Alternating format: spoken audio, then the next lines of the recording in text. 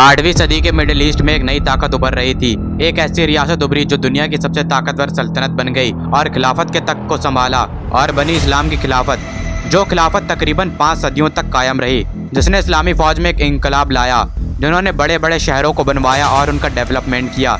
ना जाने कितने स्कॉलर्स को इस खिलाफत ने उभारा, ना जाने कितने इन्वेंशंस उन्होंने किए, और आज इस दौर को इस्लाम के सुनहरे दौर के तौर पे जाना जाता है, the golden period of Islam. ये दास्तान है खिलाफत अब्बासिया की। साल 632 में अरब के शहर मदीने में अल्लाह के रसूल पर्दा फरमा गए, लेकिन अल्लाह के रसूल के सहाबाओं ने इस्लाम को पूरे अरब और दुनिया के कोने कोने तक फैलाया और एक नई सल्तनत की नींव रखी। लेकिन इसे सल्तनत नहीं कह सकते हैं, ये तो खिलाफत थी, जिसका नाम था खिलाफत राशिदा। जिस वक्त खिलाफत राशिदा बनी थी और जब मुसलमानों के हाथ में क़यादत आई थी, तो उस वक्त मिडिल ईस्ट में 2 बड़ी ताकत हुआ करती थी। पहली थी रोम की सल्तनत और दूसरी थी फारस की सल्तनत। लेकिन मुसलमानों ने इन दोनों ताकतवर सल्तनतों को शिकस्त दी और फतह के बाद फतह हासिल करते गए। हजरत खालिद बिन वलीद और हजरत अबू उबैदा, हजरत साद बिन अबी वक्कास जैसे जाबाज कमांडरों की क़यादत में मुसलमानों ने इन दोनों सल्तनतों को घुटनों पर लाकर खड़ा कर दिया था। पहले रोम की सल्तनत जो यरमौक की जंग के बाद नस्तो नाबूद हो गई, और फिर दूसरी फारस की सल्तनत जो कासिदिया की जंग के बाद खत्म होने की कगार पर आ गई थी। सन 651 तक मुसलमानों ने रोमियों के 2/3 हिस्से को अपने कब्जे में कर लिया था और पूरी फारस की सल्तनत को अपने कब्जे में कर लिया था। लेकिन कुछ अरसे बाद हजरत उस्मान, जो की इस खिलाफत के तीसरे खलीफा थे, उनकी शहादत हो गई, जिस वजह से मुसलमानों के दरमियान पहली सिविल वॉर लड़ी गई, जिसे पहला फितना भी कहा जाता है। इसके बाद हजरत अली को चौथा खलीफा चुना गया, लेकिन शाम के गवर्नर हजरत मुआविया ने हजरत अली से जंग करी थी और तकरीबन 5 साल के बाद हजरत अली को भी शहादत नसीब हुई। मस्जिद में पीछे से आकर एक शख्स ने उन्हें शहीद कर दिया था। इसके बाद खिलाफत राशिदा की जगह ली खिलाफत उमैया ने,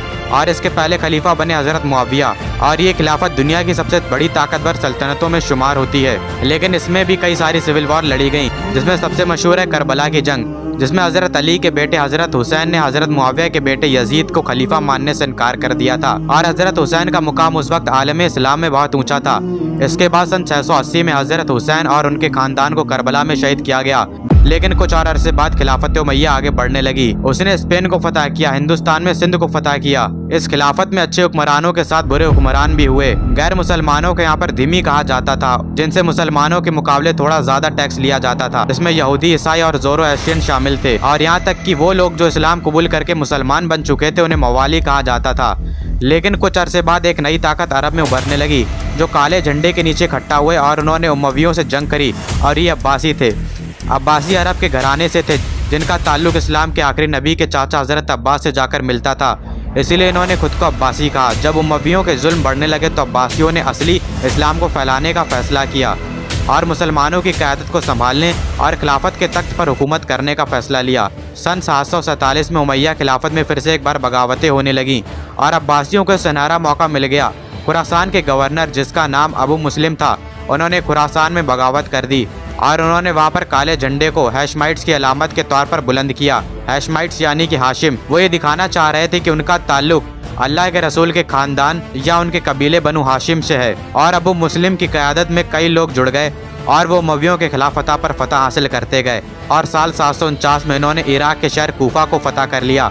अब इसके बाद अब्बासियों ने पूरी खिलाफत में हो रही बगावतों की क़यादत को संभाला, और इधर दूसरी तरफ उमैया खलीफा मरवान अपनी फ़ौज को लेकर रवाना हुए, और जाब नदी के किनारे दोनों फ़ौजों के बीच एक खूनरेज़ी जंग लड़ी गई, और अब्बासियों ने इस जंग को फतह किया, और यहाँ तक खलीफा मारवान को अपनी जान बचाकर यहाँ से भागना पड़ा, और वो मिस्र की तरफ गए, लेकिन वहाँ पर उन्हें कत्ल कर दिया गया। सिर्फ अब्दुल रहमानी ऐसे शख्स थे उमैयों के जो बचकर वहाँ से निकलने में कामयाब हुए, और उन्होंने स्पेन में जाकर पनाह ली और वहाँ पर एक मुस्लिम रियासत की क़यादत को संभाला, जिसका नाम एमिरेट्स ऑफ कार्डोबा था।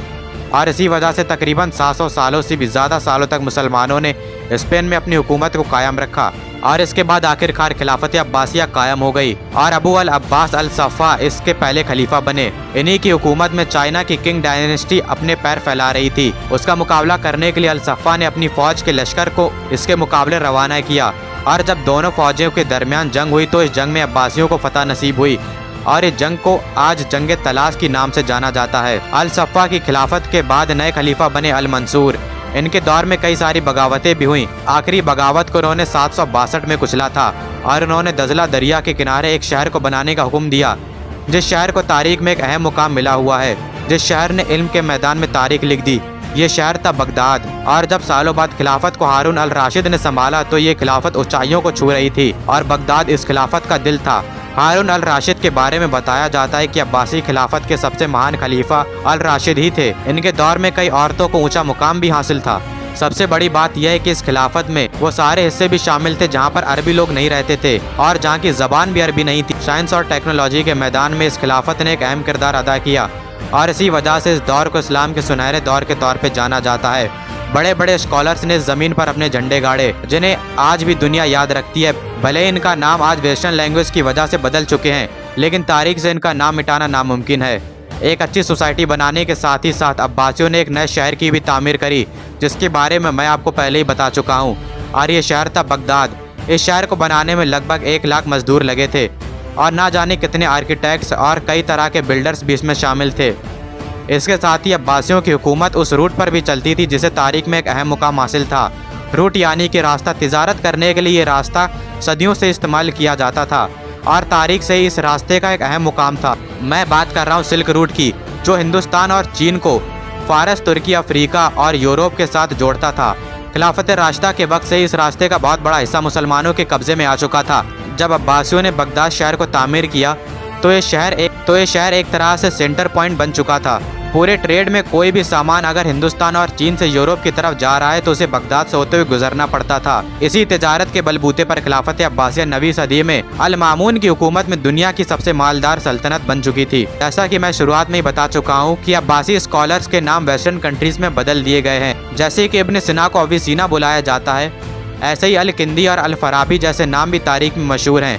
अब्बासियों का mathematics, chemistry, physics, geography, philosophy, psychology जैसे तमाम सब्जेक्ट्स में एक अहम किरदार है, जिसमें से अल ख्वारिज़्म सबसे मशहूर मैथमेटिशियन हैं जिन्होंने अलजेब्रा की खोज करी थी। और आप जानते हैं कि मैथ में अलजेब्रा कितना अहमियत रखता है। ऐसे ही एक और नाम है इब्न अल हैशम, जिन्हें यूरोप में अल हज़न के नाम से जाना जाता है। इनका कंट्रीब्यूशन ऑप्टिक्स की फील्ड में देखने को मिलता है। इसके साथ ही मेडिसिन में भी अब्बासियों ने महारत हासिल कर रखी थी। बताया जाता है कि अपने उरूज में बगदाद में तकरीबन 800 डॉक्टर उस वक्त में मौजूद थे। अल किंदी जो कि एक फिलोसफर थे, उन्होंने सबसे पहले बॉडी इलनेस और मेंटल इलनेस के बारे में बताया था। इसके साथ ही इस्लाम के सुनहरे दौर में कई एस्ट्रोनॉमर्स ने भी जन्म लिया, जिनमें से एक मशहूर नाम है अल बतानी का। अल मंसूर की हुकूमत में बगदाद में एक बेहद ही बड़ी लाइब्रेरी की तामीर की गई, जिसकी वजह से बगदाद को हाउस ऑफ विजडम भी कहा जाता था। वैसे तो बहुत कुछ है इस खिलाफत के बारे में बताने के लिए, लेकिन वीडियो लंबी हो जाएगी, इसलिए अपनी इस वीडियो को हम यहीं पर ख़त्म करते हैं। उम्मीद है कि ये वीडियो आपको पसंद आई हो। इसी तरह की और वीडियोस देखने के लिए हमारे चैनल को सब्सक्राइब कर लें। तब तक के लिए अल्लाह हाफिज़।